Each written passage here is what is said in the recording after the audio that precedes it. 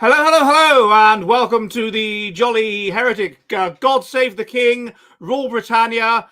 She's alive, apparently. She's alive, but she's not facing the camera. And we're going to talk about what the hell's going on today. But hello, everybody. Hello, welcome to the Jolly Heretic. I hope you've had a productive week. I'm afraid I haven't. I hope everything's going well. And I'm with Charlie. I'm with Charlie Veach. Say hello, Charlie. Hello, everybody. Hello from the sunny climes. Charlie is here to have a chat with me. He's up in Lancashire. Yeah, he's up Wigan way. He's up there. So hello everybody and cheers everybody. Cheers MT Bacon. Cheers resident poet. Cheers Hibernian. Shalom. Hibernian perspective. Slanger. Slangervar. Skoll. Saludo. Proust. Prost. And do you know any other ways of saying cheers? Yakidar. Cheers. Coffee, but cheers. Coffee for Charlie, but cheers. Shalom, Hibernian perspective times 3. Hello, Ric Flair. Ric Flair is watching on your channel, Charlie. Good. And hello. Oh God, what's that noise? I'll have a look at the comments as well. Here we go. Let's have a look. Oh, I can see them all. Hello, Monkeypox Survivor. Great name. It is. That is a good one. Monkeypox Survivor. Hello, Reese Bell, Slanger. Hello, everybody, and welcome to the Jolly Heretic. We are an online public house. Hello, Connor Wilson. Hey, that noise keeps happening. I don't know. I keep accidentally touching a wire. That's Gen X for kicking a wire sound. I'm sorry about that. Stop making a noise. Right, good. Okay, and yes, well, if that happens, it's gonna be non-stop. It needs to stop. That needs to stop. Right, stop making a noise. Are you sure it's you? It's not me. No, it's definitely me. Hang on. Just go there.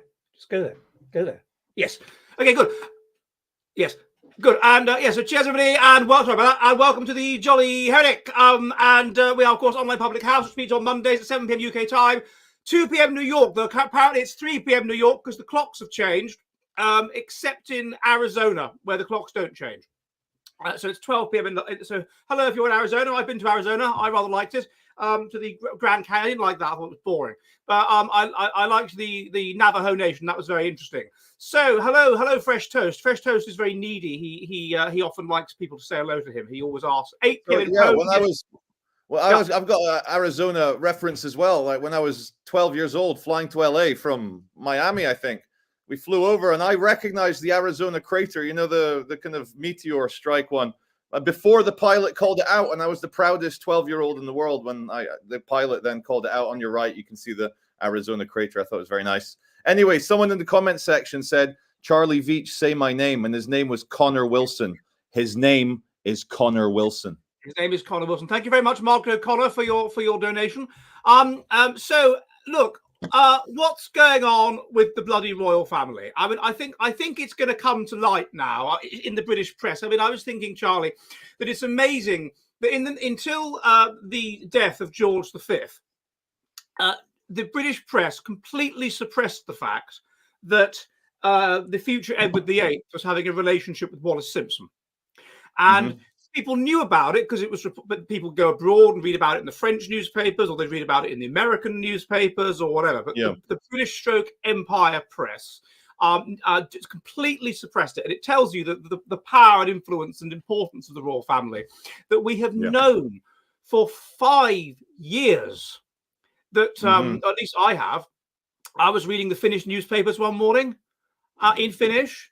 And there it was, that Prince William has been having an affair with Rose Hanbury, who is Kate Middleton's best friend, the Marchioness of Chelmsford. And my suspicion is that, I'm normally against conspiracy theories. Normally I think it's cock up rather than conspiracy. But I think there's definitely conspiracy here. I think maybe, best case scenario, she's had enough. What do you think? Yeah. You know, Ed, I'm glad we're raising this. This is a very important symbol, the archetypes of our society being, shattered and kind of changed here with this revelation. And for me, it's personal. It goes back to the year 2000 when I was a student at Edinburgh University. One of my best friends was at St. Andrews. And I got collared and questioned by the Prince William security for having a pee-pee next to a church, next to a pub where Prince William was at in St. Andrews. And then if you fast forward about 11 years, I want to give you Exhibit A. If you can see here, there's me from the BBC, man arrested in Cambridge for royal wedding protest plan. So I was gonna do an absurdist YouTube video outside the William and Kate wedding, and I got arrested, and I got minority reported for 24 hours for something I was going to do or like planning to do. So it's quite interesting, and then released without charge.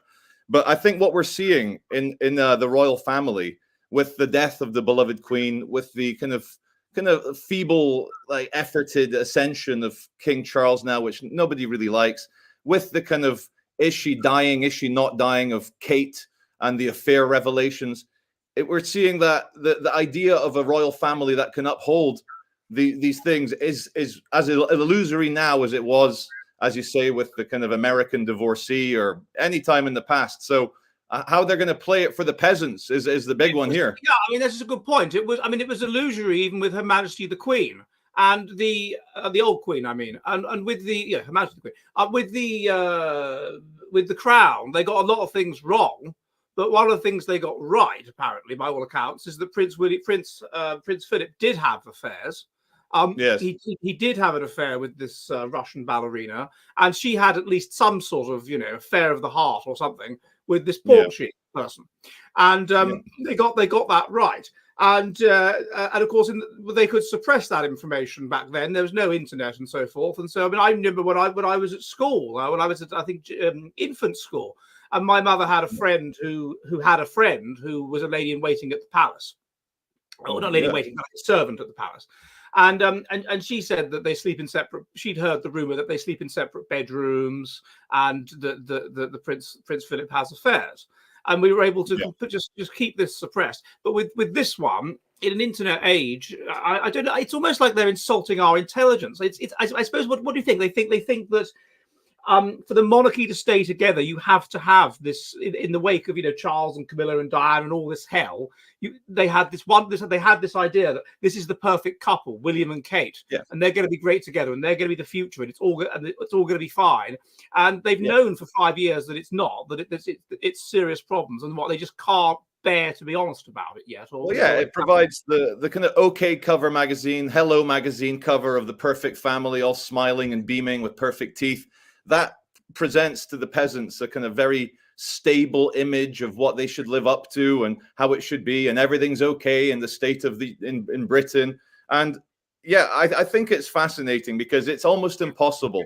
Well, because let's be honest about the royal family, they are a publicly funded poodle breeding program. They are a kind of a dog fancier, but a kind of like human fancier. There's a nice bloodline and it's interesting, but it's also because we love to see powerful and famous people crash and burn and act human, and we love to rise them up and smash them down. Like Freddie Mercury, probably one of the best examples. That Jade Goody off Big Brother, who was like loved by everyone and then smashed down because she called someone a poppadom on TV. Then she got cancer via all the hate of everyone on TV. Like, we're a nation that likes at once to pretend to have these beautiful values, but then when things get a little bit hairy, we like to tear each other to pieces like savage dogs in a feeding frenzy. I suppose there is a genuine concern that this, there was all this support for the Queen and whatever, and she was a link to history, and that there could be serious stirrings among a lot of people, if among the boomers perhaps, if what's happened to Kate is what the affair is understood, because they've tried to present William as this heir of Diana, this paragon of virtue. And by all accounts, he has a temper. He beat his brother up, according to the memoir. He's been playing away. And I suspect at the very least, that has gradually come to a head, and she has said to him, this going away for a personal engagement on the day that this William Kingston, the husband of Lady Gabriella Windsor, seemingly committed suicide. Although more about that later. I'm not sure. I suspect that he said to her, "Stop having an affair, stop it," and then he has refused to do so, and so she's now not cooperating, And it's like 40 Towers when Sybil ran off and the party are there waiting for her. It's her birthday or the anniversary, wedding anniversary, and she won't come down. And so they had to. They put out one photograph saying it was Kate when it was very obviously Pippa Middleton or very obviously her mum Carol. And then there's this ridiculous photograph which I mean, what's going through their minds? It blows me away, Ed. It's on the surface of it, it looks like almost like Soviet Union propaganda. Stalin is still alive. Like Kim Jong-un is still alive. Look at him. Look how happy he is with all his people. And when, like, even before, like, we knew it was doctored, like it was a very kind of like Soviet Union photograph to release. Instead of her, like, maybe with a kind of walking cane saying, "I'm okay, guys," like the abdominal surgery was a bit hard. It's this beaming, perfect goddess of a woman. Yeah, there's something wrong with the face. The face wasn't congruous with the rest of the photograph. The face seemed odd. The legs seemed odd. And with reference to what you were saying earlier about being on a flight, I was watching Air Crash Investigation earlier, and there was a particular one of my guilty pleasures, and there was one about a Peru Air flight, and the computer was completely fucked. And so there's all these bells going off and everything, and all the contradictory information, and so they can't think straight. And so, of course, they do something stupid, and they do something that they ought to stupid, but they do something they probably shouldn't have done. And they end up crashing the plane. And I suspect that's where that ridiculous photo comes from. That they're not thinking straight. They're just like, oh my god, what do we do? We have to do something. And so they put out this ludicrous photo. It's like following a sat nav. Like when you know it, you shouldn't turn right, but the sat nav says turn right, and you're like, well, if the robot says I should. And it's like there was a horror movie about 25 years ago in the 90s called The Cube, where they found plans. I've seen that. Yeah. Yeah, they found blueprints for a really demonic machine, but once you find the blueprints, like you have to build it. Like the curiosity, like where's it gonna go? And I know it's a bit different, but they're kind of like oh, there goes my glasses. They're kind of like in doing, like when you see a driver like with a kind of massive Ford Mustang with a kind of rear wheel drive, and he goes around the corner, but then applies too much engine, and he tries to overcorrect. That photo was the attempt to overcorrect, which made the car smash into the tree for the royal family. I don't know what they were correcting. Why couldn't they have just found some photograph and tarted about with it a bit? I mean, like, what were they doing with the children? Because she's refusing to pose for happy photographs because she knows she's been cucked and that she's been humiliated, and like she's been told like she's at once the most powerful woman in Britain socially in the aristocratic circles, but then she's like up for being like humiliated by her husband in the same way Prince Charles humiliated his mum. It is a genetic legacy of humiliating your wife by, and like, have you seen photos of Rose Harden? She's particularly equine looking. She's like quite equine and long faced like Camilla. And I was having a look at that before I came on, and it was fascinating. Just she's less good looking than Kate, but she's different. And from an art strategy perspective, that's what you want. You want variety. You want variety because in an unstable ecology, you could be killed, died off at any moment. So you need to shag around with. You don't shag for genetic similarity necessarily. You shag for variety. And she's different. Yeah, she's got that kind of like countryside field plower phenotype thing showing through, like strong shoulders and good childbearing hips. So there's maybe yes, there is that, but she's not as pretty. She's not as pretty as Prince William. Sorry, as Kate Middleton. Maybe Prince William, maybe she's genetically more similar. Maybe it's genetic similarity coming through, and that's what's attractive. But she's not as objectively attractive as Kate. That's clear. So maybe it's something in that line that you marry like a really good looking bird, or supposedly, I don't think that much of Princess Diana, but anyway, you marry a really good looking bird like Diana or Kate Middleton. Then you have to have an affair with the right munter. It's just something about. That's just how it works. You just have to do that. And it's funny, like as well, like just getting a bit more personal for their marriage. I can imagine on a yearly basis, old Prince William having many occasions where he has to fly away by private jet, stay overnight in a hotel, meet with press teams, PR people, like glamorous ladies who work in like media, who like have to organize the photo shoot and the video and stuff. So it can't be easy. And like, he's the king, and this is he probably feels entitled to it, Ed, because he's at once the future king, but every move he makes is to be picked apart by the peasantry and the plebs. So he resents it. He wants to be, and so he feels he deserves a harem of, a beautiful like harem like they had in the Ottoman Empire. Had he been an 18th century sultan rather than a 21st century prince, then he would have had a literal harem. No one would have questioned it. So that's best case scenario. Then she's not being cooperative. She won't go out in public. She won't do what she needed to do. So they put out a fake photograph, and they're panicking because they might divorce, they might break up. Maybe they're estranged. They talked about how she's going on a private appointment. Remember, he had a private business, and they wouldn't say what. And then a private appointment. I mean, these could be talking to solicitors.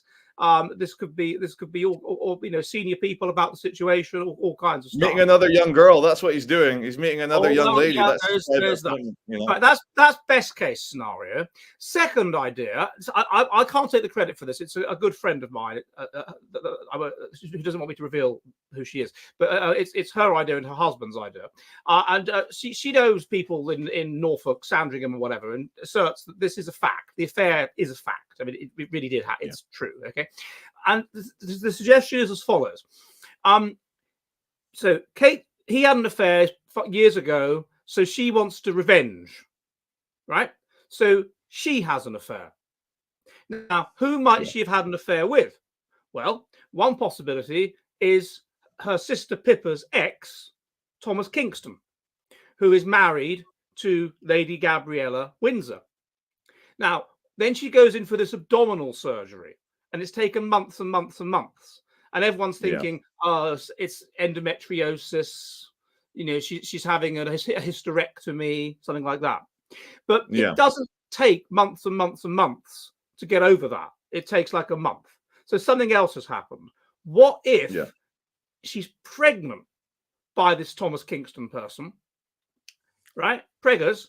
And then because she obviously can't have a child by someone other than William, so she has an abortion, abdominal.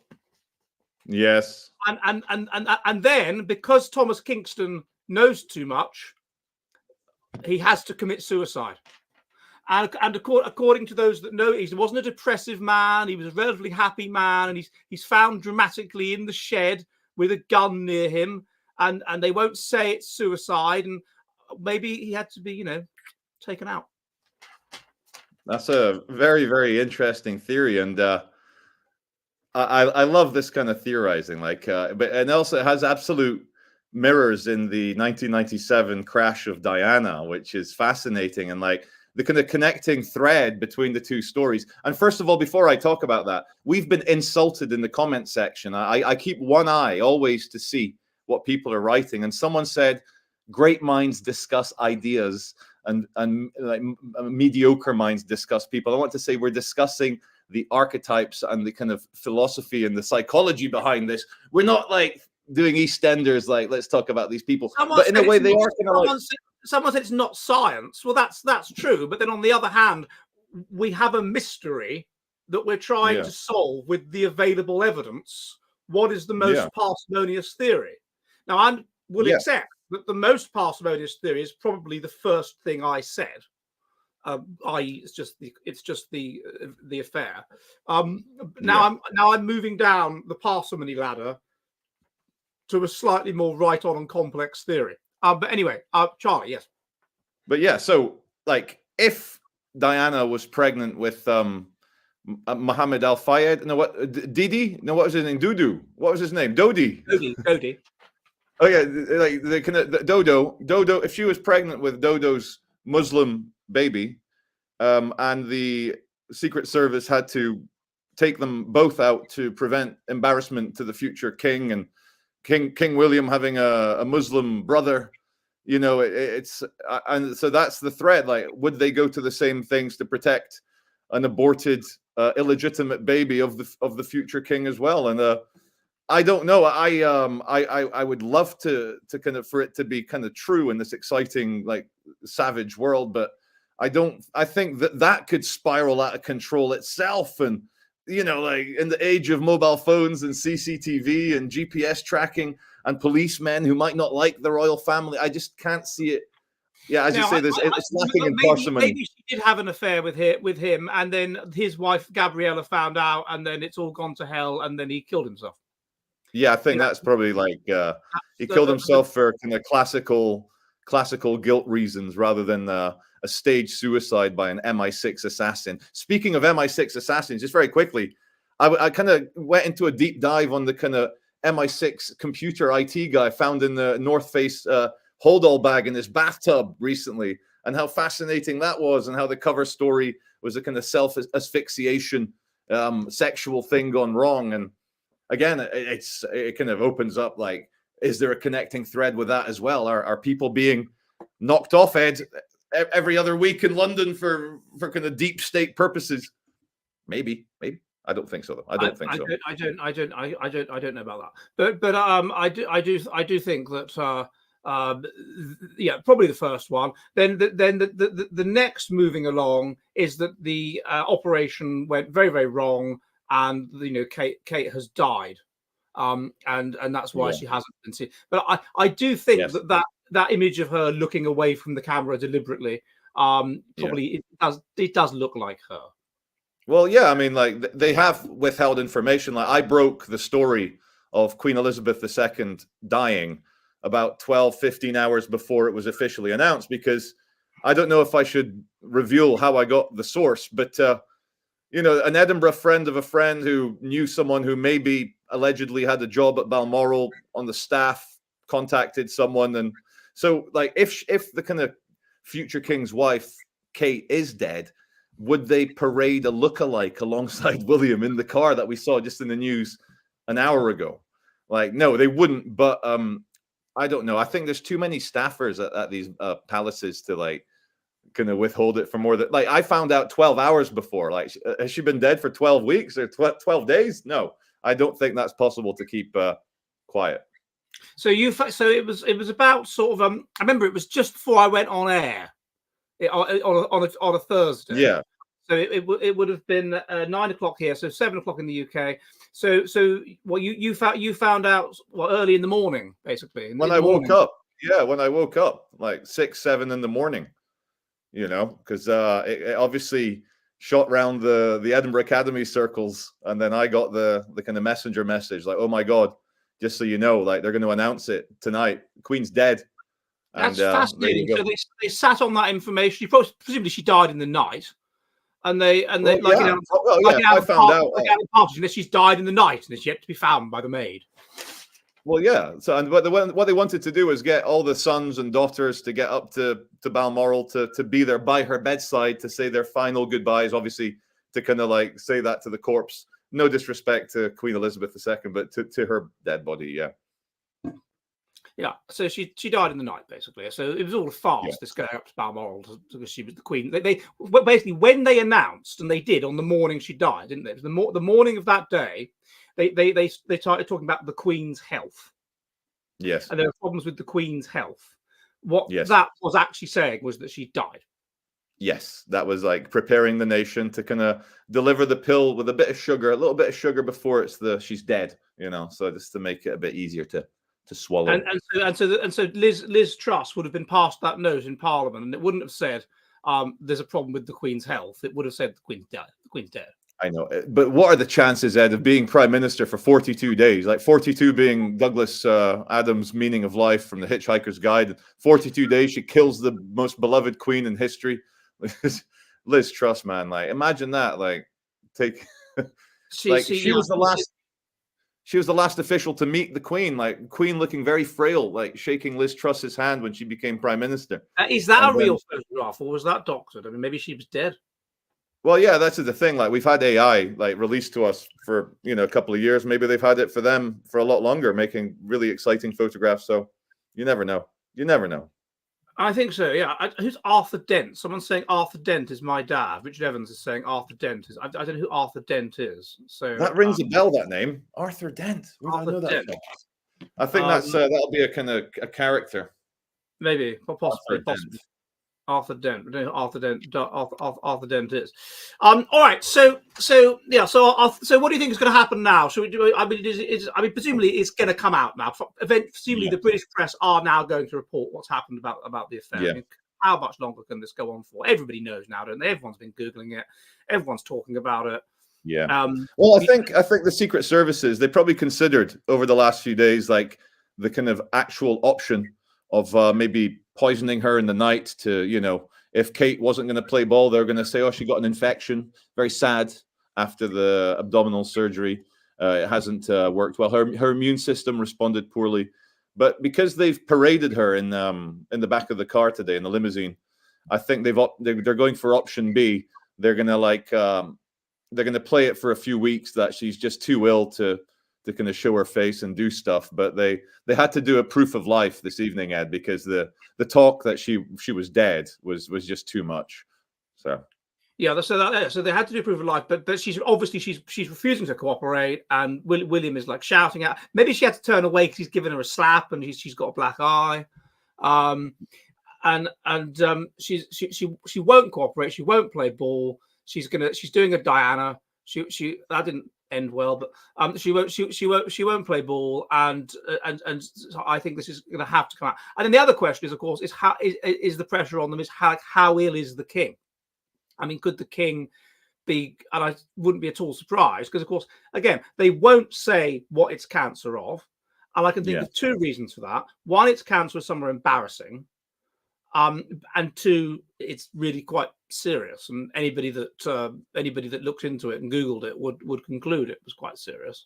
Well, he's getting on a bit. He's almost 80. He's like 78. He's getting on, like, and yeah, like any cancer deep in your digestive system, as they're saying, it's a bowel cancer, isn't very good. But I think like top level cancer care, like you don't really hear of rich, powerful people dying of cancer in their like 60s or 70s. I think if you're very rich, you get very advanced cancer care that they use the right kind of thing for the genetic type of cancer you've got.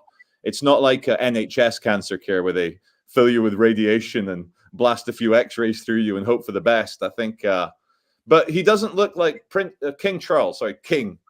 He doesn't look like the healthiest specimen, Ed. He doesn't look like a strong alpha. It looks like he's got a bit of loose ends in his double helix.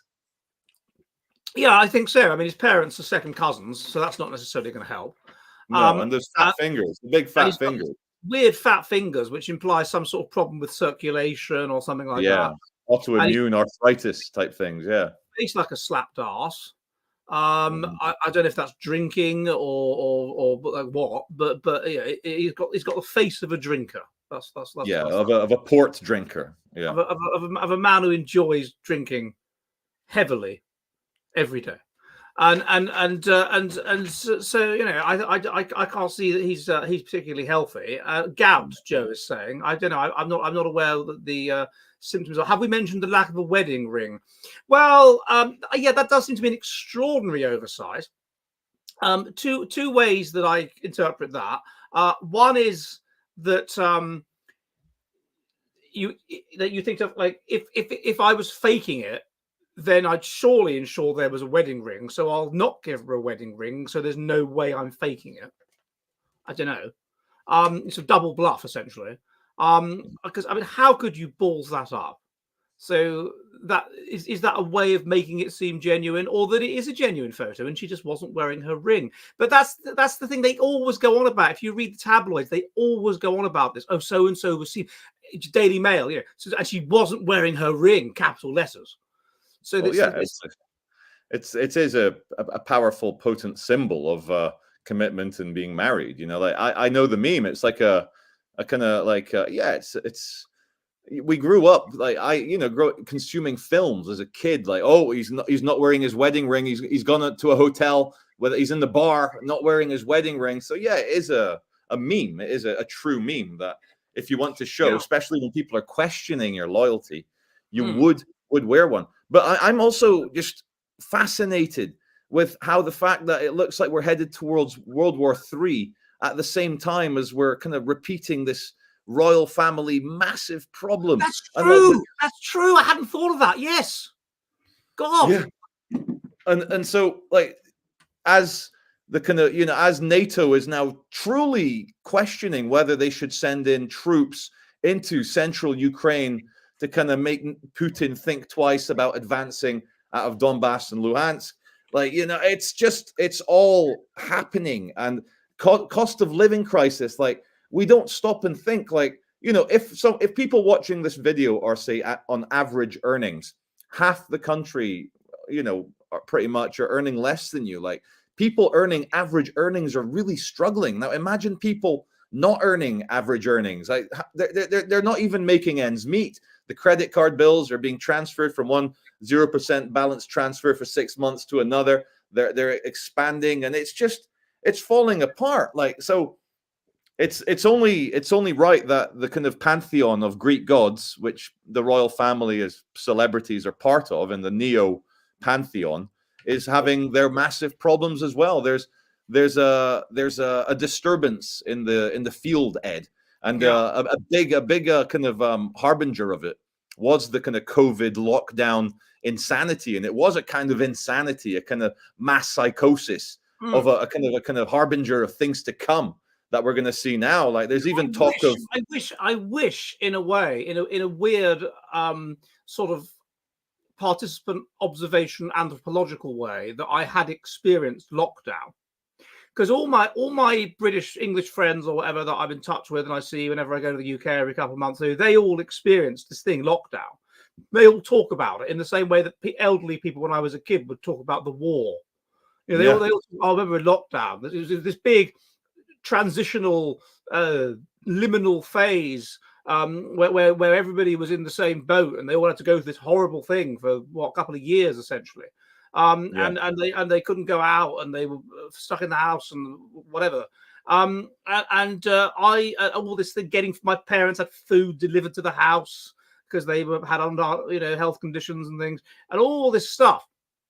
Go and see a friend and sit in the garden. All kinds of bizarre things. My dad's 67th birthday party. My mum arranged a Zoom birthday party with people in different places, all this weird stuff. And we in northern Finland, we didn't have that. No. And so we just didn't experience it. It was that all that happened was that the pubs shut and the restaurants shut. And the schools shut for a little bit, which was bloody annoying. Sorry, just to jump in, like the experiences in England were so different region to region.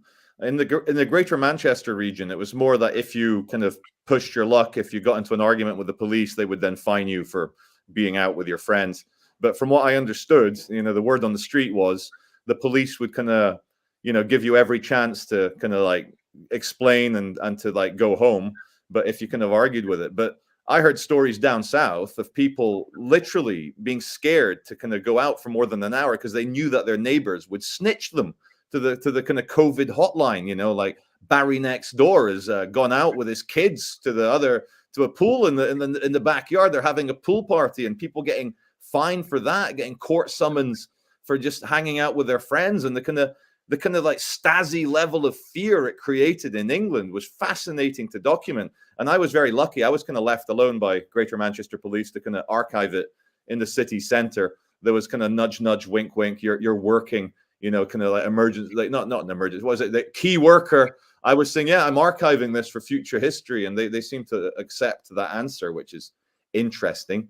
But it was completely different all across the UK. But the kind of bigger picture of that, Ed, like COVID itself, as the kind of it was the perfect pandemic for our kind of postmodern illusory times, because it was at once quite bad for the very elderly, but it didn't affect children pretty much. For most people, it was just a bad flu, and so it was at once the Black Plague, the big death that's going to change the world. Oh my God, we're going to need COVID passports forever. But also, it was just a bad cough and sneeze.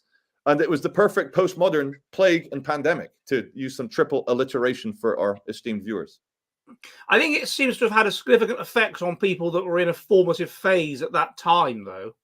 People that were sort of 14 years old, 13 years old at that time, and they should have been socializing and seeing people and developing their social skills and developing a sense of independence and all that sort of thing. And they weren't doing that. They were locked in their house with mum and dad and big sister or little brother or whatever. Yeah. Bored out of their minds, basically. And so I wonder if part of the rise now in the neurosis of that generation that they're scared, they get menu anxiety. That was the thing I was fascinated by. That they find it frightening to have to go to a restaurant and look at a menu and order something from the waiter. And they would rather see the menu online first, and indeed order online, or ask someone else to order for them because they're just so scared. I think we have to, like, I had 3 children through the lockdown, and the youngest one was only 1 when the lockdown started. But I think they're more resilient than we coped, and we did go out and break the COVID rules from time to time, and we went to the play areas with neighbors' kids, and that was kind of, nobody snitched us, you know. It's there's not very much a snitch culture, but I think, like, it's impossible to take all the variables out of our experiment, because are we witnessing just young people like just accessing information in a different way? Because ultimately, whether you see the menu online or on a placard, in a physical piece of paper in the restaurant, it's just accessing information. And maybe they're improving things because there's less ways for the order to be wrong if they order. So I don't know, like, I want to kind of shit on the weird. I think that they're used to their teacher telling them what to do and not having to think for themselves. A lot of them don't even have playtime these days. Don't even have unstructured play, and they can't cope with that. I mean, I don't like that, this online thing. I was at a restaurant in Mexico City, and I wasn't given a menu, and I said, "Oi, señorita, quiero menu." And then she's like, indicates to me that there's this thing on the table that I can scan with my phone. Yeah. The QR code nonsense. Give me a bloody menu. And Wagamamas, they're like, would you like to pay online through the queue? I said, no, I want to pay you like a human being. And so they're always happy with it. Like, and this is the thing, like, if they want your money, they're going to have to accept the way you kind of pay your money. And like, I don't like places that are cash free, like, when they're kind of debit card only. It's ridiculous. There's a pub near Waterloo Station called Vaulty Towers that won't take cash, and it it's just not British to have every single little transaction you do accessible to authorities or to the kind of credit card company. Sometimes a man just wants to go into a pub and have an anonymous pint without it being tracked to be used against them. And there was a restaurant near that studio we filmed. I interviewed you at in Barnes. Oh yeah, and they were no cash. So I thought to myself, not that I use cash, but I thought, I'm not going there. I know. And another thing they started doing is that if you pay on one of these self-service machines at a supermarket, then you have to get your receipt and put the receipt on a sort of scanner to open some gates to get out. And they brought that in my local Prisma in Oulu, the supermarket, and there was no sign saying "remember your receipt." So obviously I didn't, and then I got to the gates, and there was this sort of Finnish equivalent of a sort of workhouse boy, like some stupid boy of about 18, and I said to him in Finnish, "Open the gate," and he was like, "You have to put your receipt." I said, "I haven't got a receipt." And I said, "Open the gate," and he went into English and said, "We can't. It is the new policy." And I said, "Open the gate." And so then he called security, and then I said, "Right, well, open the gate." And then there were some women like in other counters saying, "Oh, look, just come round here." And I was like, as a point of principle, I was like, "No, I won't." And then a security guard came, and he couldn't do anything about it. They couldn't open the little gate. So in the end, I just crawled under the gate. Yeah. And that was it. It's very unfinished because Finns don't like drawing attention to themselves or questioning authority or being different in any way.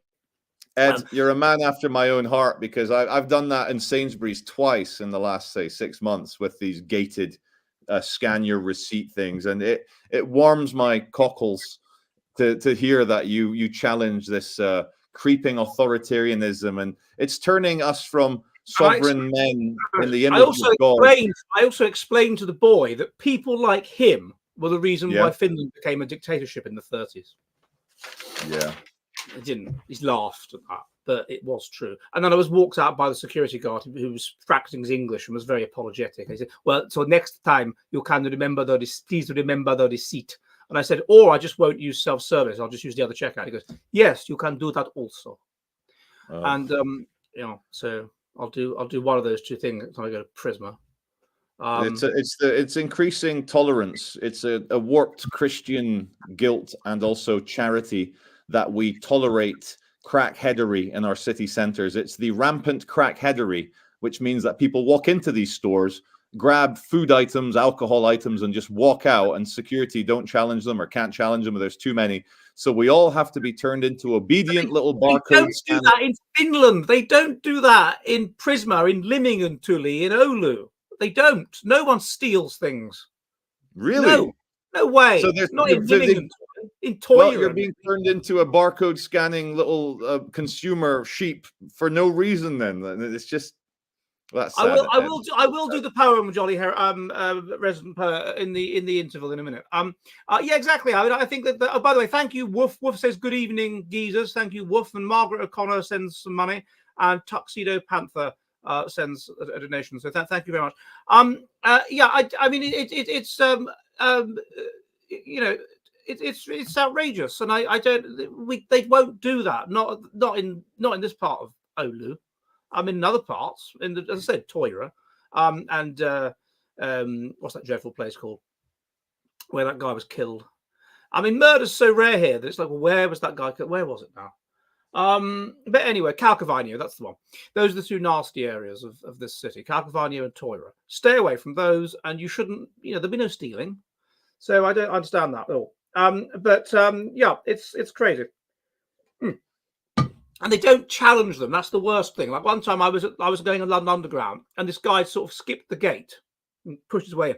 And I said to the security, "Well, I can stop him. I can stop him." And he's like, "No, why not? He's clearly trespassing on the rail. Why not? They should have guns, and if people do things like that, they should be allowed to shoot them. Not like live rounds, yeah. but well, Mayor Rudy Giuliani in New York in the 90s had his no broken window policy, where they understood from a criminological sociology perspective that if you tolerate broken windows and graffiti, then it just escalates. The crime just escalates. So they started sending the NYPD to crack down hard on petty crime and like antisocial behavior. And they found that it actually permeated through all levels of criminality, that it wasn't tolerated, because what they were then creating was a kind of a feel in society that the centurions were in charge, that the king was in charge, and that you don't mess around or you get your hand chopped off. Exactly. Right. Yeah. Exactly. Precisely. And that's why Singapore works so well. Like there was that guy in the early 90s, I forget his name, white guy, and he got drunk and went on some graffiti spraying spree. So they birched him. Beautiful. And because graffiti, they birched him. And was he a grown man? If he was a grown man, then he deserved it. He was about 15, something like that. 15. Oh well, that's. Not sure if I agree with a whipping for. Well, it's just I didn't go around getting drunk and graffitiing when I was 15. So I mean, I'm sorry, it's not good enough. So anyway, yeah. So they were not burst, and they caned him, whatever. And so that was the end of that. I think that's quite right. If you tolerate the little things, that's where it starts. If you tolerate the little things, like potholes, if you accept it's okay to have potholes, then they'll just get lazier from there. And eventually you get to a point where you're Birmingham City Council and you can't afford to do anything. And that's if you tolerate, waiting more than a week to see a doctor, which Britain has tolerated for the last 20 years. 30 years, then it gets worse. If you tolerate waiting more than 2 hours in accident and emergency, then they'll just push it and push it and push it. It should be not tolerated at the earliest possible opportunity. No, if you ring a doctor, you see a doctor in a bloody week, and that's that. If you can't, then heads must roll. I was just, as you were talking there, just thinking about how it's so complicated, the horrible machine, the horrible clockwork of the British state, how they're pumping so many immigrants in to make sure that housing is in high demand, so that all the derivatives and stock options and pension funds based on the commercial and also the residential property market are fully tied up because pensioners vote. And if pensioners get less money, then the government loses. And it's one big circle jerk of financial corruption. And no young person can afford. I mean, in 1989, 55% of people who were 30 years old owned a house. Wow. That's so based. That's so nice and wholesome. 25% now. You know, like, when you own your own house, you kind of, you've got your skin in the game. You have to kind of civilize yourself and behave. Whereas if you're on benefits and it's paying for your housing benefit, and it doesn't matter if you burn your house down because you'll get rehoused, then there's no incentive. And, you know, it unleashes the deep, dark, savage urges that reside in all of us. And especially if you're like Mick Philpott. Mick Philpott, he wanted a bigger council house, so he burnt his council house down and killed 6 of his children. But it was a very slight oversight. You know, there was a plan to get bigger house, take kids out of the house, set fire to the house, but he did it in the wrong order. He set fire to the house, thinking he'd still have time to get the kids out because he kids and be a hero. That was what he thought. And like when you're low, I guess with an IQ of 75. The ability to focus on a high resolution plan for more than 3 seconds must have been a challenge for him. They underestimate the consequences of their actions. That's the thing. Thank you, Joe Vlogs. Joe says Charlie for Prime Minister. Big up, brother. That's it. I'll raise my fist in the air. I will be an iron-fisted Prime Minister. I will impose. Basically, I'll false flag the nation so I can impose martial law and dictatorial powers overnight. And that's how I'll take care of business. DeWeaver says, I can't really read this. I don't know if you can see this, Charlie, but if you got it in your side screen, he says, "Oppies, they fell out," with a sort of weird, sad face. Oopsies! Oh, it's that I think those are meant to be women's breasts. Ah. Okay, I don't know what that's a reference to, but thank you, sir. That's very kind of you. Okay, we're about halfway through, so I'm going to read the poem. We have a resident poet here at the Jolly Heretic, Mr. Quinn, and his poem for tonight is as follows. What's going on with our Kate? She's been missing in action of late. The Kent's son-in-law shot himself in the jaw. Should the whole lot abdicate? Thank you very much, Mr. Quinn. That's excellent as usual. And if you would like to buy Mr. Quinn's book of Jolly Heretic poetry, then it is, of course, available on Amazon.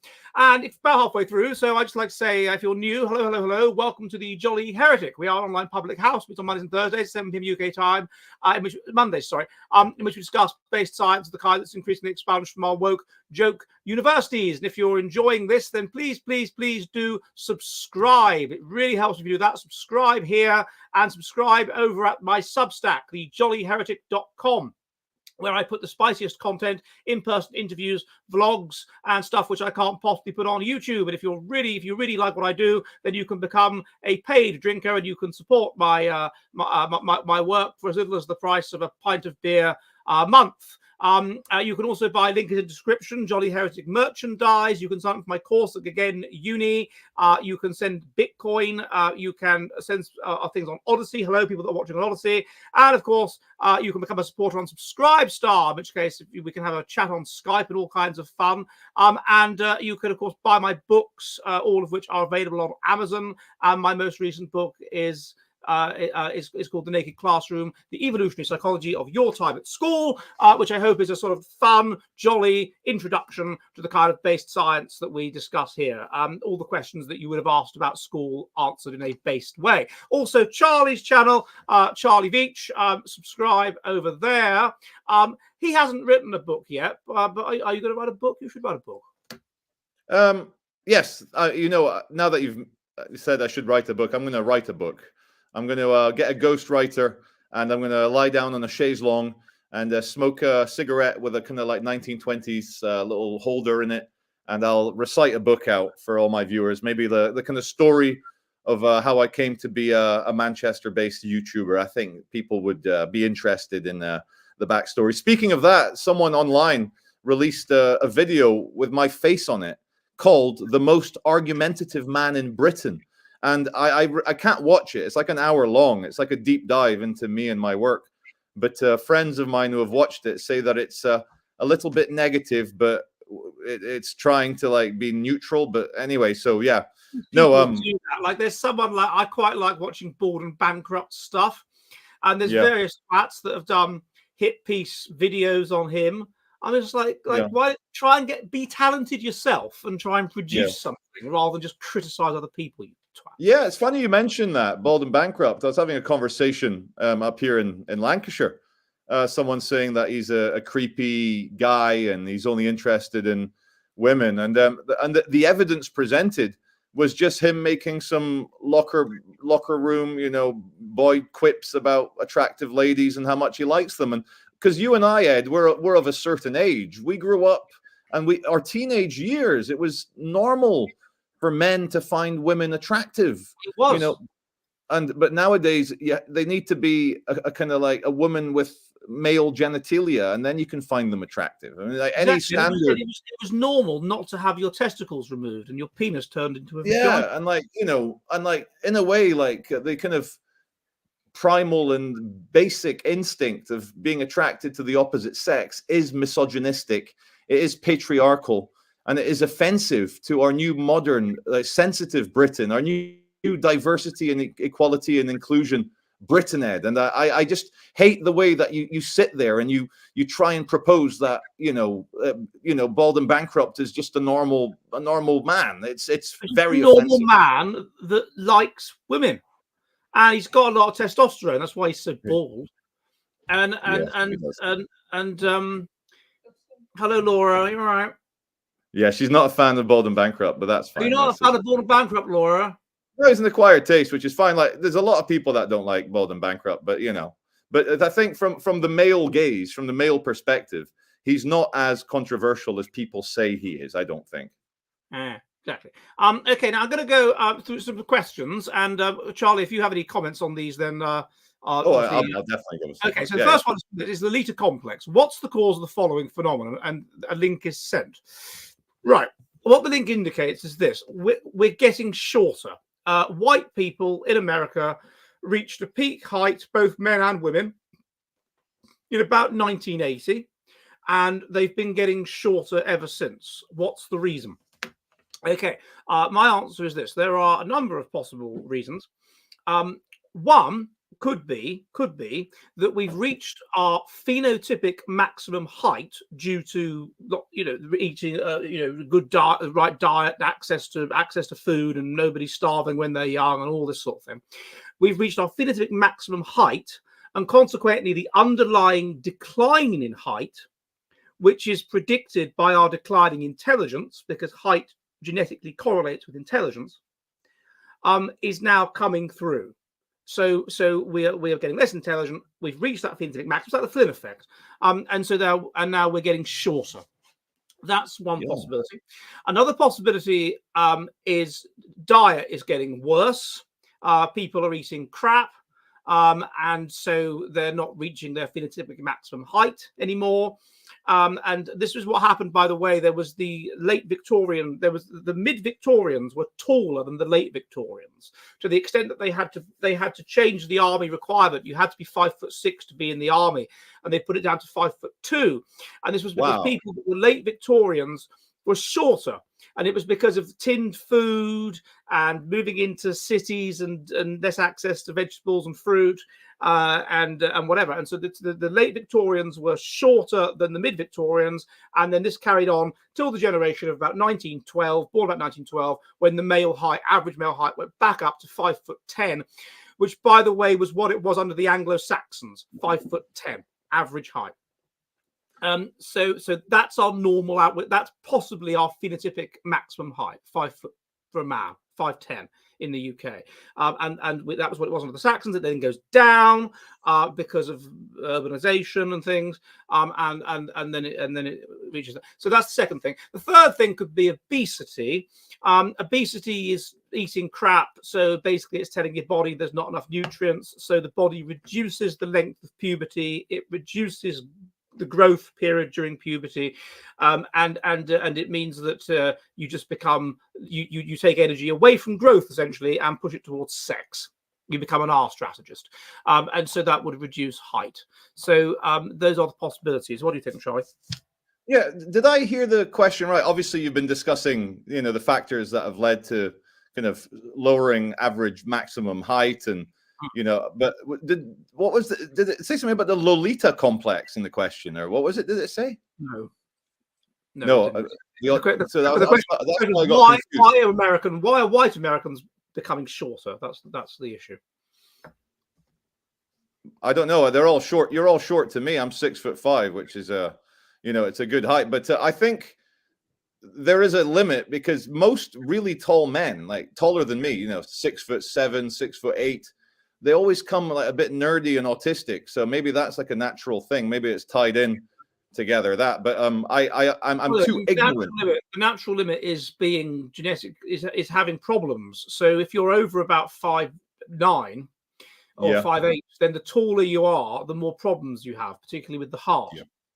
So there's a natural limit on height, because the body just can't be. We're not built to be 6'6", And if we'd have to increase the concentration of oxygen in the atmosphere to get bigger, really, to return to dinosaur size. Which return to Jurassic times. No, not Jurassic I'd times. love to be, the size of a fucking tree. Jurassic times. Jurassic times is when you had these massive animals, right? And that was because there was oxygen in the atmosphere, so you got runaway size. Whereas like, imagine a mosquito the size of a hawk, like a kind of sparrowhawk mosquito coming for you, like coming at nighttime, buzzing near your ear. Like you go blind because it's. Well, I'm not sure about the oxygen level in the atmosphere at the time, but you've got to go back much further for that. You've got to go back to like before the Permian. So we're talking like 400 million years ago. And then, you had cockroaches the size of like hedgehogs. Amazing. And like dragonflies the size of horses. Going back to 66 million years ago with the kind of Yucatan, asteroid that took out the dinosaurs. Like, I find that a beautiful story, because if a global killer asteroid can slam into the planet, harder than Prince William slammed into Rose Harden, and all Hanbury, how many times? There you go, Rose. Rose Hanbury. Anyway, there you go, Rose Hanbury.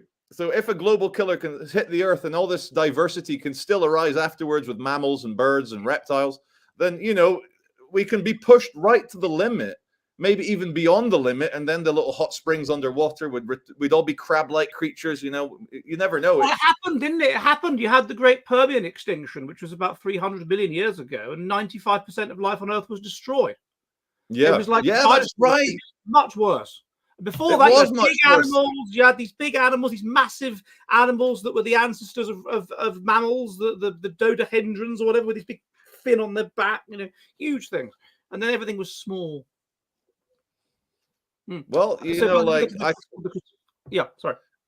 It's fascinating, and like even if we have a nuclear confrontation and eventual war, I think everything will always come back okay. It's important to be optimistic. Bad things are going to happen, and life will go on. So please buy my Bitcoin. I'm only joking. I'm not. Yeah, he says with Bitcoin. Okay. Reeve Tomasi says, is there any evidence that the 1,000-cock stare is real for females? If so, are there any methods to easily detect it from photographs? I assume what you're asking me is it possible to detect from photographs that women are a bit the answer is yes. I wish I could remember what the name of it's some Greek sounding guy, and he collapsed together all of the Hollywood actresses of the 40s, and then did the same with today. And there's a clear difference in what they look like. The one from the 40s looks like your wife. The one from the now looks like your mistress. And so there are certain Diogenes. What was his name? The guy, I can't remember. But there's a certain look that is associated with being a fast aficionados woman. They will tend to have large breasts, large buttocks, and if to the extent low IQ is involved, a wide face, a small nose, large lips, large secondary sexual characteristics, and this is showing you that they're investing energy, not in the mind, not in but in the body, and they're fast efficient strategists. So that would be the look. So you can certainly detect that from the look. Ed, I'm fascinated, like listening to you discuss that. Like, surely with mammals, and we're talking about hundreds of millions of years here. These extinction things, and what's fascinating is that there's a direct chain of life between you and me and everyone watching this, all the way back to the genesis of life itself on the planet. And how come we have such variety in ability, intelligence, whether you're a spiteful mutant or an alpha male? You'd think that after hundreds of, maybe even billions of years, we'd all be Chad-like alpha male. Like, why is there such variety? Well, no. Why is there variety? There's, in some instances, there's not much. I mean, think of the difference between European people and East Asians. Everyone says, "Oh, all East Asians look the same." Well, they do, and that's because they don't. I mean, like, they do more than we do because there's less variety. Why is there less variety? Because it's a harsher environment. If you deviate from being really, really adapted to it, then you're dead. You die. So there's less variety. So, but if you go, and there's less variety there, not just in terms of what Orientals look like, but in terms of animals, and plant life, and everything. It's just less variety because you have to be really, really adapted to the environment, or you're dead.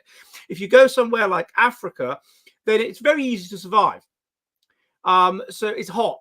So so there's loads of variety among humans, loads of variety among animals, because there's you're competing with each other, but to a lesser extent, and you get runaway sexual selection and things and all kinds of things, and they lead to massive variety. So you go somewhere harsh, not much. No, but variety. what I mean is, why is there such variety? Say only within, say, European Caucasian population. Why are there so many ugly and stupid people when you'd think that would have been selected out a long time ago? It was under periods of harsh selection. It was selected out, and the average IQ, because we've got the benefit system now. It's coming bad again. It's come back, and it goes in cycles. It goes in cycles. So even with Rome, at the height of Rome, we know that we have we have ancient genomes, and we know that the percentage of the population carrying genomes that was associated with high IQ, basically, was very high, about sort of 300 BC. And then you move forward to the time of Christ, and it's got much lower because it's got hotter and things like this. So that's why variety goes up and down. But there's a certain level of variety we can sustain. Next question is from Reeve Tomasi. He says, is it possible for a slow life history strategist to raise a fast life history strategy children? What about vice versa? How likely is it that K strategy parents raise R strategy children? It's an interesting question, sir. There's no binary between R and K, of course. It's a matter of extent, a matter of degree. Raise, of course, it's possible. If you, when a family adopt a child, it's going to be a slow life strategy family that can't have their own children, but desperately want to nurture because they're slow life history. And it's going to be a fast life strategy child. And so, of course, they can raise one. In the sense, I mean, we know that they do. If you're asking, can they have one, like genetically, then yes, depend by virtue of unlikely genetic combinations. So that it can happen that you can get significant differences between a parent and child in intelligence or in personality, based on unlikely but possible combinations. And that's where genius comes from. Normal level high IQ parents, unbelievably clever child, doesn't breed true in the offspring. So the answer is yes. Yes. The next question. Any comment on that? No, nothing particular in that one. Not my area of expertise. Okay. Well, I think you'll like this one. The next question from the same person. Thank you, sir. Why do women get very obviously fake blonde hair, such that it looks white, or really fake suntan, fake eyelashes, or really long nails?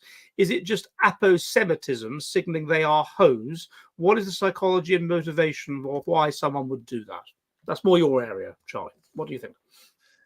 Well, I'll give you the kind of textbook biology answer, which is they're mimicking very young toddler children, which have very blonde hair, and even people who have dark hair. I bet you were very blonde. I was very blonde as a toddler, and up until about 9 years old. I bet you were very blonde as well, Ed.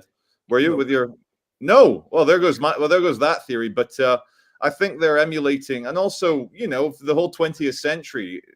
there was the Marilyn Monroe effect, and kind of, blondes have more fun meme. I don't know which, Madison Avenue marketing agency came up with blondes have more fun, because I don't think they do. I think they're just as bored at home flicking through social media as anyone else. But the question says that blonde women look like hoes, and maybe they do. Like, blonde is overrated, I think. As a kind of a dark-haired man, I have a blonde father and a blonde son, but I think brown-haired people have a more kind of a more earthy look. You look less like kind of washed out and bleached. So yeah, I don't know where I'm going with this, but yeah, it's fair enough. It's a fair enough reply. Yeah, my reply is fairly similar.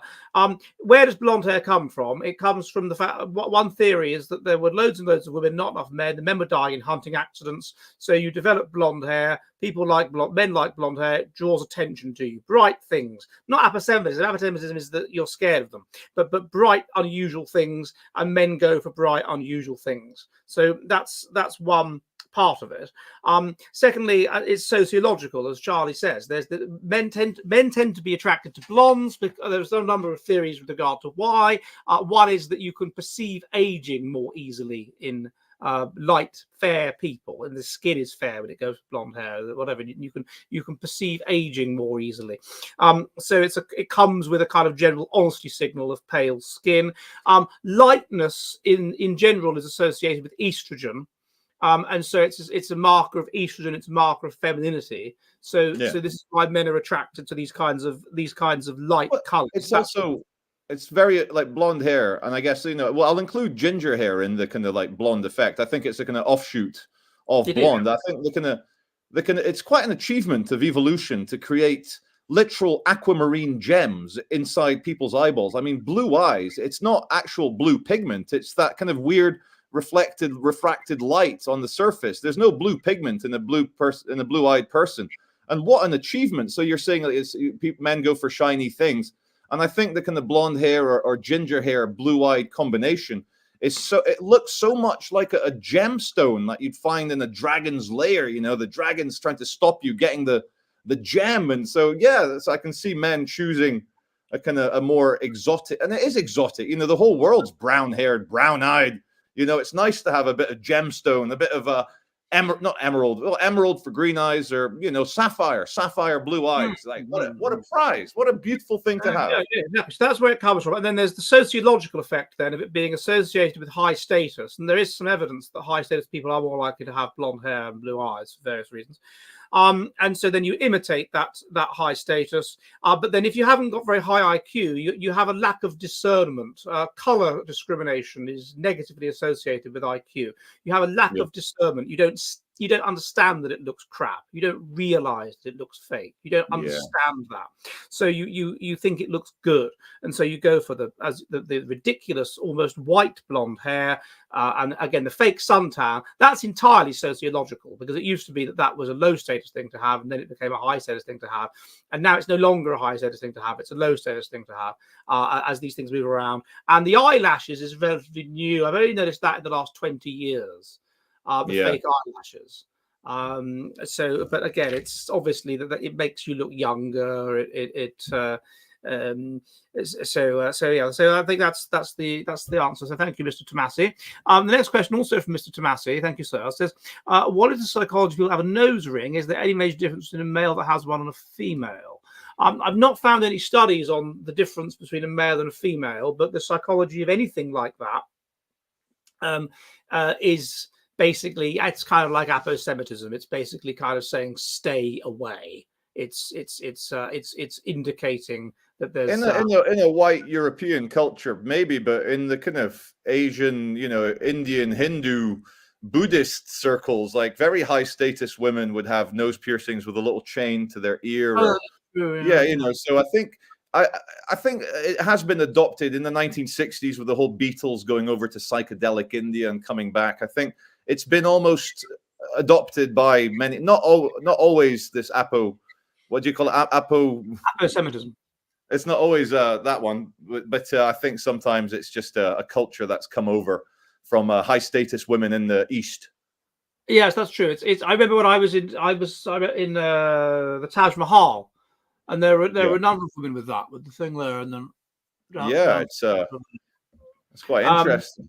but among Western women, I'm saying it's it's a sort of sexual signal. It's signaling It's basically associated with depression and anxiety, and therefore we need to have a strong sense of identity and asserting yourself because it's unusual, and so that we've got there is data on that, and that is piercings that aren't in the ears basically are associated with being a little bit bonkers, and Yes. the more conspicuous they are, if there's a little stud here or here, that's fine. But here, yeah, the septum ring is generally seen The stereotypically as bull ring, the big bull one. Yeah. being a bit of a slag, indeed it seems to be the case. The next question comes from again Reeve Tomasi, thank you, sir, and he says, I don't know about why do twins or triplets have different personalities, and where does their personality come from? Aren't they all supposed to be technically the same person? No. First of all, you have identical twins and non-identical twins. So non-identical twins are only 50% genetically the same. So they're going to have just as different temperaments as anybody who is a brother or a sister would have, and they can have significantly different temperaments and intelligence. Secondly, if you're talking about identical twins, then yes, they are genetically exactly the same. But from the very beginning of life, there can be, just by coincidence, differences. They will be fighting for space in the womb, things like that. One of them, just by chance, might end up on top of the other, and one of them might catch a disease, the other one doesn't. It's all sort of luck. And then once that happens, then all kinds of little decisions can build up over time to make one look rather different from the other, and they look more and more different. What diseases you catch, how long you catch them for, just by chance, and with the result that as they get older, they look more and more and more different. And then when they become adults, then of course they can make quite different decisions, meet different people, all kinds of things, and so they can look really quite significantly different as they get older. It's quite interesting. That is fascinating. And also the very fact that they're twins or triplets, relating to one another will mean that they have a kind of a weird experience that is unique to themselves.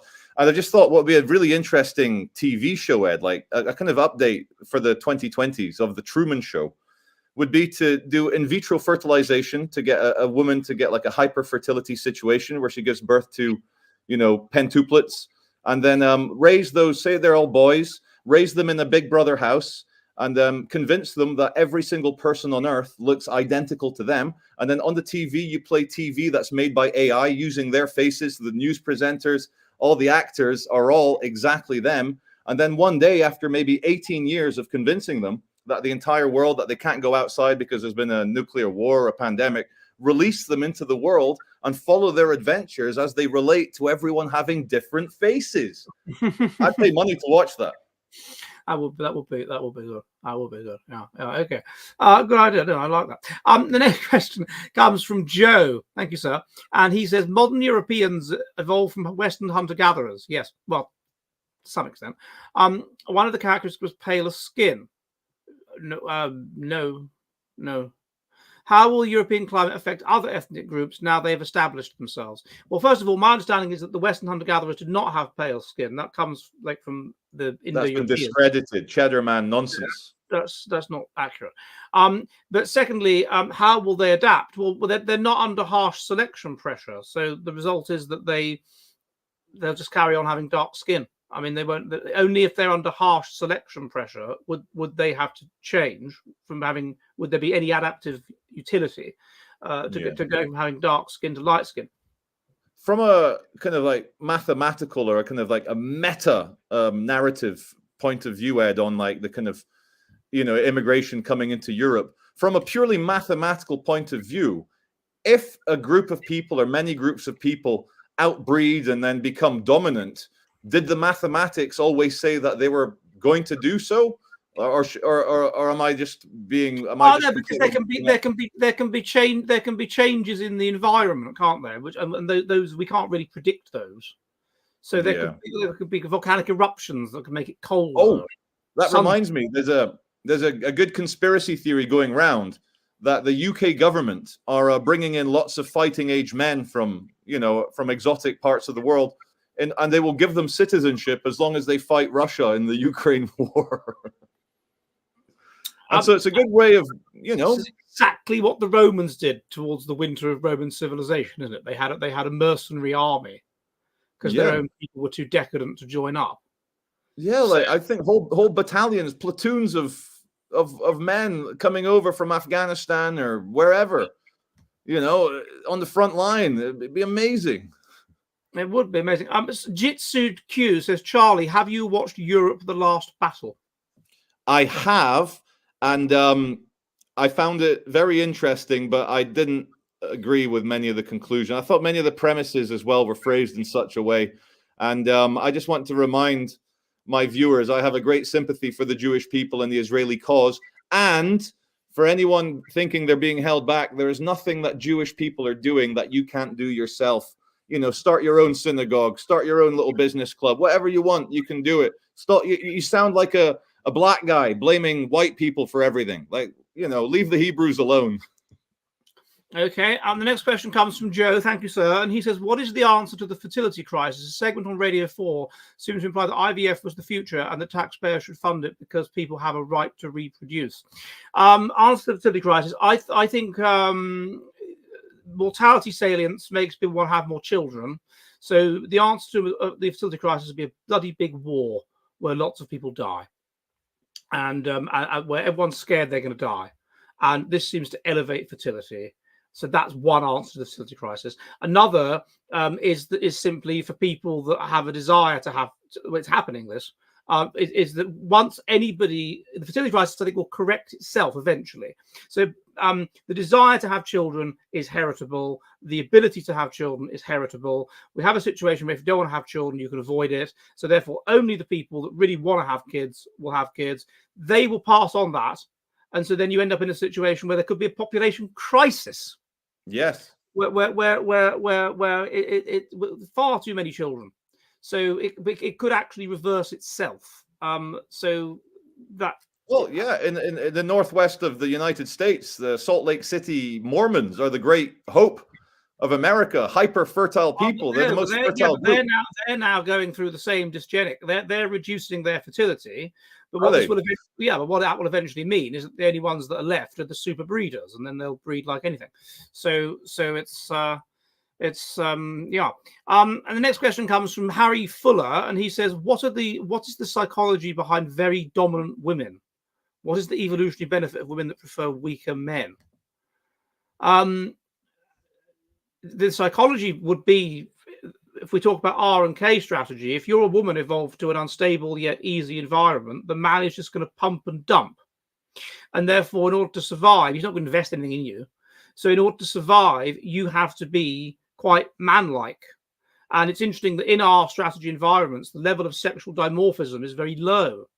The women are not that different from the men because they have to just sort of survive on their own. So you have then these dominant women. I don't know if they're going to select for weak men. It might be women that are a bit sort of psychopathic, and they'll have psychopathic traits, of course, if they're from that kind of environment. And maybe they'll select for a weak man who they can exploit and then but have sex with other more dominant men they find attractive. Maybe that's the case. But we just don't know from a kind of, because we can't see the patterns, how angry women fit with weak men, or dominant, as you say, dominant women fit with like a beta male. Like there might be something mathematically that's working very well there that we just can't see because we don't have. I imagine that he gives them investment and serves them and does what they want and appeals to their narcissism, and so they stick with him. But I can imagine that such women would sort of have affairs and try and find more sort of dominant sort of men. But yeah, those women perhaps won't like being bossed around very much. That's certainly true. Like Kate Middleton, doesn't like being bossed around. We're going back full circle as we round up. Kate Middleton is not. She's not having this, chaps. She's not having it. She's saying no. She's saying I didn't sign up for him to have affairs. I no way. The lady is not for the vacuous photo shoots. The lady is not for turning.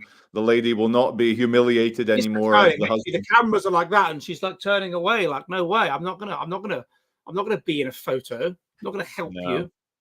And hell hath no fury like a woman scorned. And like, you know, that everyone knows how, you know, especially if a woman's been humiliated, you know, there's no stopping her now, you know. Publicly humiliated. It's not like between the two of them and the mistress or whatever. I mean, yeah, her social status eviscerated, the rug pulled from under her.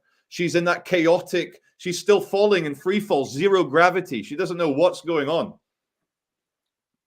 God of Ping Pong of Dog says, why do we need chocolate people? I can't answer that on here. Because in Switzerland, it's a big part of the economy, the chocolatiers of Geneva and Zurich. And, you know, I've seen the Lindt chocolate adverts, how skilled they are in their kitchens. And so it's obviously to support the woman with a broken heart industry, which is what the chocolate industry does. So there you go, sir. Okay. Will King Charles use war to regain popularity? Thanks, says Jezbal. I'll answer that. I'll tell you what, I'll look into that when I come back. There'll be no Jolly Heretic on Monday because I'm going to be away. So I think it's the Monday after that. I'm not sure, but I'll look into it. But I will be around. So listen, chaps. Thank you for tuning in, coming to our pub, and we will see you all next time. And goodbye. Adieu.